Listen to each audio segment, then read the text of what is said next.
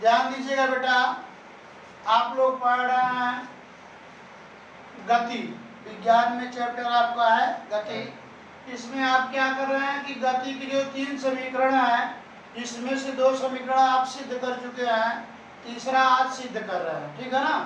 ये ग्राफ जो है, जब भी समीकरण को सिद्ध करना रहेगा ये ग्राफ आपको बनाना पड़ेगा, क्योंकि इसी के माध्यम से हम समीकरण को सिद्ध कर रहे हैं। ग्राफ में पहले कैसे क्या है इस चीज को हम समझ लेंगे। ये ग्राफ में बेटा ये जो रेखा क्षैतिज रेखा उसी दिखाई दे रही है, इसको हम एक्स अक्ष मानेंगे।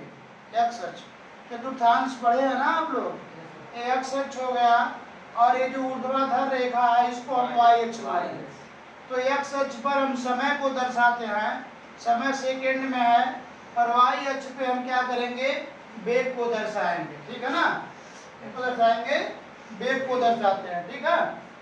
चलिए, तो यह एक वस्तु है बेटा, ये देखिए मूल बिंदु ओ है, तो आपको थोड़ा सा चतुर्थांश में हम ले आ रहे हैं।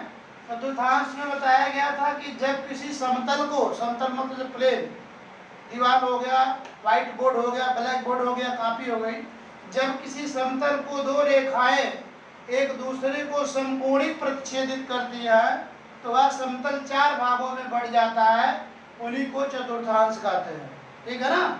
और ये दोनों रेखाएं एक दूसरे को जिस बिंदु पर काटती है उस बिंदु को मूल बिंदु कहते हैं, ठीक है। अगर कोई रेखा मतलब कोई वस्तु जो है किसी अक्ष पे चल रही है तो कितनी चली है, या किसी दूरी को मापना होता है तो मूल बिंदु से उसकी तुलना करते हैं कि मूल बिंदु से कितनी दूरी पर है।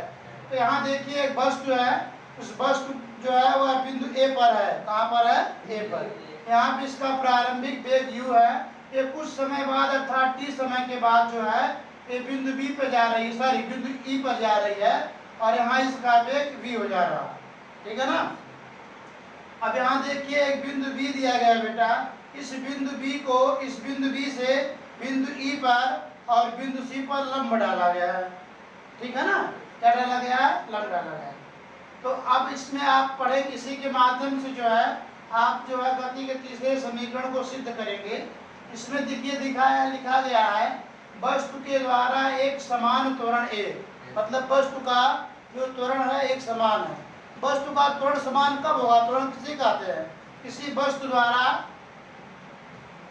चली गई सॉरी वो वेग परिवर्तन की दर को, किसी वस्तु में वेग परिवर्तन की जो दर होती है उसको क्या कहेंगे, त्वरण कहेंगे। अर्थात त्वरण a बराबर अंतिम वेग v और प्रारंभिक वेग u, मतलब v माइनस यू अपान क्या होता है डेल्टा t, मतलब समय अंतराल कि उस वेग को a से और u से v होने में कितना समय लगा, मतलब वेग परिवर्तन की दर को ही त्वरण कहते हैं, ठीक है ना। तो त्वरण जब एक समान है इसका मतलब उसके वेग में परिवर्तन क्या हो रहा है, नहीं हो रहा है, एक समान त्वरण से जा रहा है। तो ये क्या कह रहा है कि वस्तु के द्वारा एक समान त्वरण a से t समय में, मतलब a त्वरण से जा रहा t समय में तय की गई दूरी s को ग्राफ के नीचे समलंब चतुर्भुज, मतलब ये जो वस्तु ये जो दूरी तय की है, ये जो दूरी तय की है, ये दूरी जो तय किया है ये तो आपका वेग हो जाएगा। ये जो दूरी तय की है कह रहा है इस दूरी s को ग्राफ के नीचे समलंब चतुर्भुज, मतलब ग्राफ आपका बन गया बेटा। यहाँ देखिए समलंब चतुर्भुज ये क्या कह रहा है, समलंब चतुर्भुज ओ ए बी सी, देखिए इसकी ये भुजा बहुत बड़ी है और ये भुजाएं छोटी हैं। समलंब चतुर्भुज में होता है जिसकी 2 भुजाएं क्या हो, एक दूसरे के समांतर हो। जैसे ये भुजा देखिए, भुजा BC जो है, भुजा ए और ये क्या है, समांतर है, ठीक है ना। तो मतलब ये इसी का जब हम एरिया जो निकालेंगे, क्षेत्रफल निकालेंगे, वही क्या होगा, बस द्वारा चली गई दूरी मानी जाएगी। ये दूरी आप इसमें लिखा गया अर्थात s बराबर, मतलब दूरी बराबर समलंब चतुर्भुज का क्षेत्रफल, जो दूरी होगी मतलब जो दूरी निकालेंगे वह दूरी क्षेत्रफल के बराबर होगा। तो समलंब चतुर्भुज OABC का क्षेत्रफल होता है बेटा, समलंब चतुर्भुज का क्षेत्रफल होता है कि 1/2 समांतर भुजाओं का योग, समांतर भुजाओं का। तो समांतर भुजा आपका एक AO है और दूसरी भुजा BC, इसको जोड़ दिया गया है AO, मतलब क्या है 1/2 समांतर भुजाओं का योग गुणे OC, मतलब उनके बीच की दूरी, ठीक ना। किसके बीच की, समांतर भुजाओं के बीच की दूरी। ये हो गया। अब आपके बुक में यहाँ प्लस की जगह गुणे दे दिया है, गलत दिया है बुक में, मिसप्रिंट है। अब यहाँ क्या किए हैं, ओ ए बराबर यू मान लिए हैं और बी सी बराबर वी मान लिए हैं।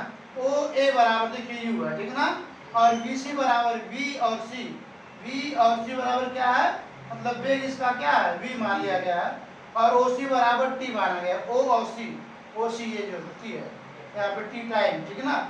अब इसी को आप क्या करेंगे, ये जो ओ ए और बी सी और ओ सी तीनों का मान आप इसमें रखेंगे। यहाँ रखा गया तो आपका समीकरण नंबर 2 1 बन गया, ठीक है ना। अब क्या करेंगे, ये समीकरण नंबर 1, गति का जो समीकरण नंबर 1 है, v बराबर u प्लस टी होता नहीं होता है, जिसको आप सिद्ध कर चुके, इसी से हम t का मान निकालेंगे। ध्यान दीजिएगा, v बराबर u प्लस टी लिख दिया गया, हमको t का मान निकालना है। t को इधर छोड़ देंगे, बाकी सबको उठा करके इधर कर देंगे। u को जब इधर लाएंगे तो प्लस से माइनस हो जाएगा, v माइनस यू बराबर 80 हो गया है।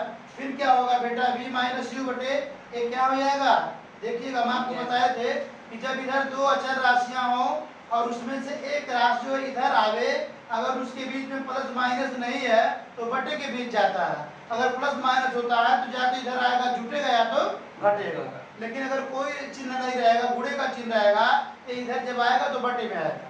क्लियर।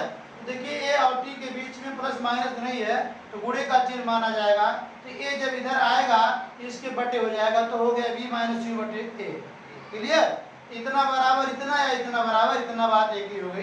t बराबर हो गया v माइनस यू बटे ए। अब ये जो मान t का आया है यही मान यहाँ रख देंगे, यहाँ लिखा गया है रखने पर, t का मान रखने पर, इसको इसमें रख देंगे।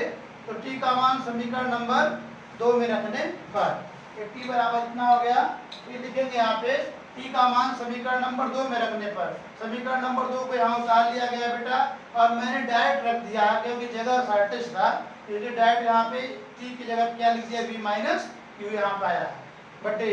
अब इसका जब गुणा कर देंगे यहाँ पे तो हो जाएगा एक कोष्ठक में a प्लस बी और एक कोष्ठक में a माइनस बी, अर्थात u प्लस v को आप लिख देंगे v प्लस यू, कोई दिक्कत नहीं है।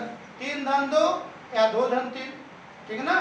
क्रम विनिमय नियम आप लोग पढ़े होंगे कक्षा 7 में। क्रम विनिमय का मतलब होता है क्रम को चेंज कर देना। जैसे मान लिया जाए 2 धन 3 है, अब आपका आएगा 5, और 3 धन 2 रहेगा तब भी आपका आएगा 5, 2 माइनस 3 रहेगा तो -1 आएगा, और 3 माइनस 2 रहेगा तो प्लस आएगा। अर्थात ये हो गया योग की जो संक्रिया होती है उसमें क्रम विनिमय नियम जो होता है लागू होता है, और घटाने में नहीं लागू होता है क्योंकि यहाँ पे मान बदल जा रहा है, और यहाँ देखिए मान नहीं बदल रहा, ठीक है ना।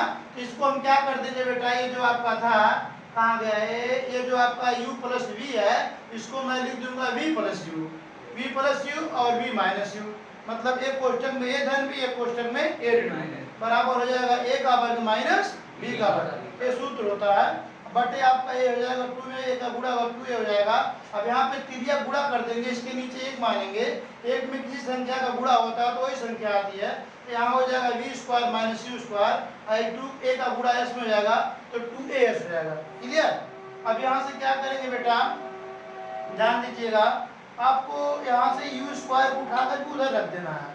तो जब u स्क्वायर को उधर रख देंगे तो आपका हो जाएगा v स्क्वायर बराबर u square plus 2s। u का मान यहाँ क्या है, ऋणात्मक है ना, तो जब उधर जाएगा तो क्या जाएगा, धनात्मक, तो v स्क्वायर बराबर u स्क्वायर प्लस 2s हो जाएगा। यही आपको सिद्ध करना है।